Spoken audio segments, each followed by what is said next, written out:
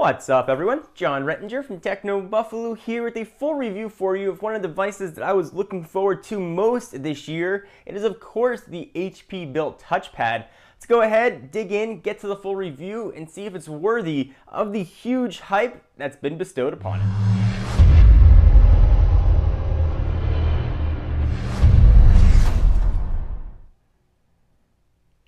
So let me recap the specs very quickly of the HP touchpad.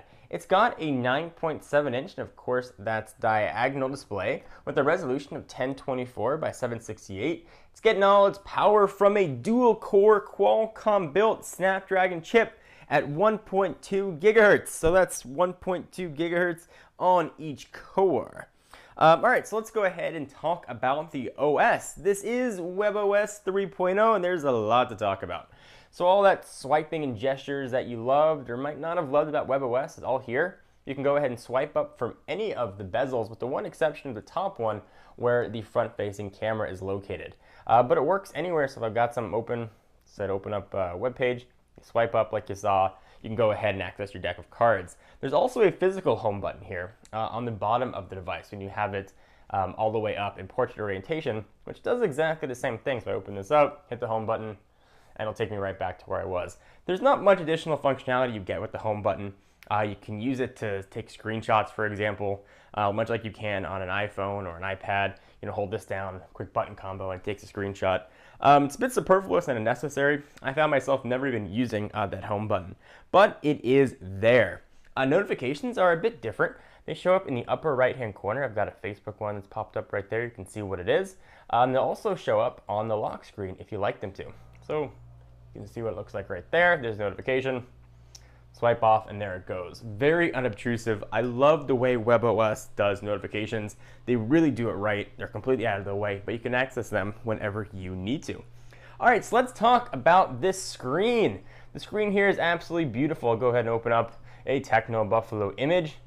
Video absolutely pops. Images absolutely pop. If you're looking at a website, the text is crisp and clear. The screen on this is absolutely great, beautiful. If you were worried about getting a washed out effect or worried it might look like, well, Motorola Zoom, for example, not to worry. You're going to get a beautiful, beautiful viewing experience here on the touchpad. All right, so now let's talk about the browser, since that's where we are right now anyway. The browser here is probably one of the best I've seen on a tablet, and that goes for any tablet in existence. It's extremely smooth. I very rarely saw that checkerboard pattern from loading. Pinch to zoom was extremely smooth. And one of the best things about this tablet is its ability to play Flash. And it plays Flash extremely well. Once again, the best implementation I have ever seen of Flash on a mobile device. Let's go ahead and go to YouTube, and we'll go to the native YouTube. We'll go to the YouTube channel, John4Lakers. So we'll go ahead and cue that up. And it will start playing the video. And if you like to browse YouTube videos, you can browse them just as you would on your desktop computer. There really isn't a YouTube application here because one's not necessary. You can use YouTube and watch video just as you could anywhere else. And as I showed you in my unboxing, it does actually play Hulu, or at least it hasn't been blocked yet from playing Hulu. So if you have one of these, you might enjoy it while it lasts before that gets blocked. So go ahead and let it start to play. Give it a second to queue up. And you are going to get your video played. And you are going to get the same controls that you get on your desktop browser. You get the full scrubber effect across the bottom. You go ahead and make this full screen. Go ahead and turn the volume down so I don't make anybody deaf. This is a good time actually to mention the Beats audio speakers. There are two located here. The audio that comes out of these sound absolutely fantastic, although it's not going to do it justice to hear it come from the tablet to the camera, then upload to YouTube, which is going to sound average. Where the Beats audio really comes to play, though, is when you have headphones plugged in. The audio that you get out of this is absolutely outstanding. All right, so here's Flash playing. You can see John Quatch. If you make it full screen, you get a pretty nice viewing experience. It stutters for just a second, then it opens up in full screen. Now this I found a little annoying. You can't watch YouTube videos in any orientation you want. You can only watch it the way it wants you to, which is like this. It's not a giant deal, but something that I found very annoying while watching a video, you know, laying in bed or something. I have to keep turning around if I didn't have it set up the right way. So there is Flash content, no stuttering, really smooth. If you like to watch a lot of Flash videos, this is absolutely a wonderful choice. All right, so let's go ahead and exit out of this. So conclusion, browser, pretty awesome. So there's Junk Watch. Go ahead and pause it. And then if you want to exit out of a full screen, you have to exit out of it, and then you can go ahead and do your little swipe up. We'll go and get that out of here. Also kind of a fun thing too, if you want to close an application, obviously you can swipe it off the screen, but you can also bounce it off the screen, which I found to be kind of fun. If you pull all the way down, it'll snap right up like that. I don't know. It was enjoyable to me. All right, so let's talk about apps. Apps are important to use. Apps are important to me. Apps are the lifeblood of tablets. And here we're looking at the HP app catalog. And unfortunately, there aren't many apps. This is the same criticism I had with Android Honeycomb. There just wasn't that much out there. Developers haven't had that much time with the APIs. Certainly HP is making a huge push to get apps on this thing, but there just aren't many right now. In fact, one of their flagships apps that they showed when they first launched this device, or first showed it rather, in February, you can see some of the applications right here. Some of them are optimized for touchpad. It'll show up when they're not, just won't say for touchpad. But I was really excited to go ahead and check out the Kindle store. It was one of the apps that they showcased when they first launched it. It's even here on the device. So I go ahead and launch it. I'm going to read my books. Boom, thank you for downloading Kindle. We're hard at work bringing it to you. They just gave you an icon that takes you to a splash screen and says it's not ready yet. And that's sort of a microcosm for the app situation for the touchpad. It's not ready yet. It's got a lot of potential. Maybe it'll have a ton of apps, but there just aren't that many right now. The apps that there are, however, there's a dedicated Facebook app for the tablet, which works very well, although I prefer the web, just native web version of Facebook. You're going to head and have that here, and there are some Twitter applications and the stuff that you'd use on a pretty regular basis. All right, so let me go ahead and jump back to a browser window. So I want to show you the keyboard. The keyboard here is one of the things that I really liked about the touchpad. You can see it right here, and it's pretty standard fare. It's a keyboard, but what makes it much easier for me, at least, is having that full row of numbers across the top. I never realized how often I use numbers, and eliminating a keystroke of having to hit a function button and then hit the numbers made it much, much easier. A little bit annoying though, this tab button, the same thing as a tab button on an actual keyboard, and I could keep moving you down. I kept thinking I had to hit tab if I wanted to get like the exclamation mark or something. That was just me. You get access to symbols and smiley faces and all that stuff. Keyboard's pretty good. You can see the letters as you type over it, and it just works well. I launched Google. But it does, it does work, and it's a keyboard. It's got the multi-tap capabilities. I would have liked to have had the letter sort of hover up as I have my finger over it, but it's pretty good, and it works well when you have it in landscape orientation as well. Now, if memory serves me correct, when we first saw this at the Palm event, they were showing us that you could actually resize the keyboard to different sizes. That, however, does not appear to have made it into the shipping version of this, so maybe we'll see that in future updates. Go ahead and get that guy off the screen. Let's go ahead and check out email. This will use, Palm or HP's now Synergy applications, where it'll sort of bring everything together. It's email, it works. I like that you have these sort of sliding panels so you can move things over and get more room depending on what you need or don't need or what you want to see. It's a very elegant interface, and the email just works pretty well on here. So that's all I'm going to talk about that. We'll go ahead and swipe that sucker off the screen.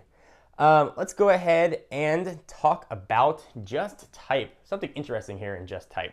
And Just Type is HP's version of Universal Search, and it searches universally, but there's something funny in here that I wanted to show you. So let me go ahead and type something. Let's just type BBBBB.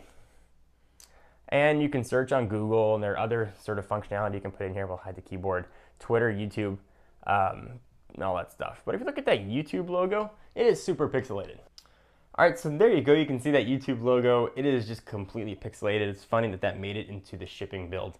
I don't know. It's one of those little things that I wanted to point out. All right, so let's talk about build quality here of the HP touchpad.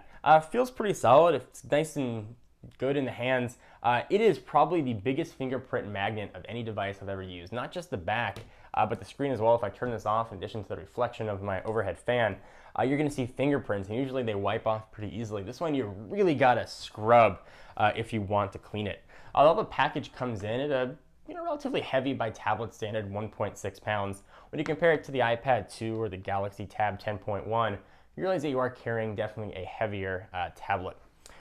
So let's talk about battery life. It's got a 6,300 milliamp hour battery life.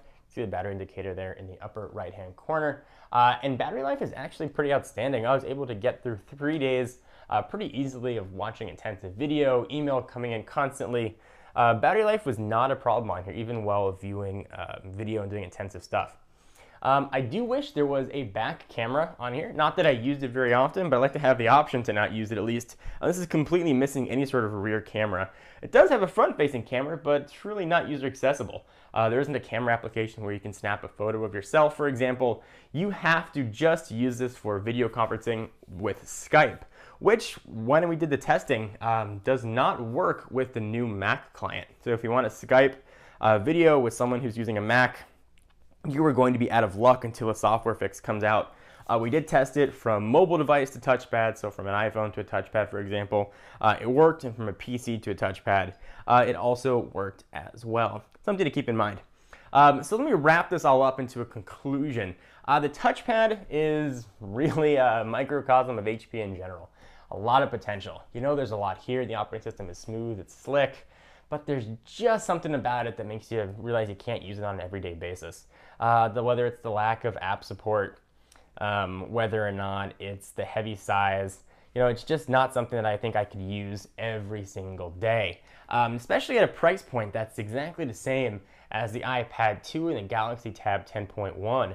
I was trying to decide what the value add was for the HP touchpad. So if you want to get a tablet, and assuming you don't have any feeling one way or another towards Apple or Google or RIM, why would you get a touchpad? And I couldn't think of an answer, especially at that $500 price point. You'd be much better suited going with an iPad 2, going with the Galaxy Tab 10.1, and getting that sort of more robust ecosystem and a more polished product. Now, maybe we'll see revisions and software updates come up that'll address some of my gripes. Maybe we'll see developers really make a big push here. But I know if I was a developer and I was making an application and I had a choice to write it for the touchpad, write it for Android, or write it for iOS, I'd be very hard pressed to spend my time writing an application for the touchpad. I think we're going to see really a lot of that in here. Now, if this was $50 cheaper or $100 cheaper, I'd say absolutely it's a great tablet to get. $100 less, then you'd be competing with something like the Asus ePad Transformer, and you're going to have two really good choices. But I just can't recommend it for the price. I can't figure out what the value add is. Things like the Touchstone dock are kind of neat, and the Touch to Share at the Pre 3, but that's not out yet, and I can't show you that.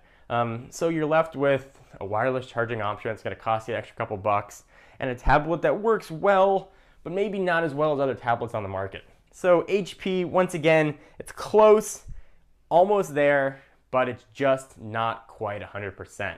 So maybe we'll stay tuned for the touchpad 2 or maybe future software updates, but for right now, I just can't recommend it to my audience. I'm John Rettinger from Techno Buffalo. Do you agree or disagree? I'm very curious what you guys have to say, and I'll see you in the next video.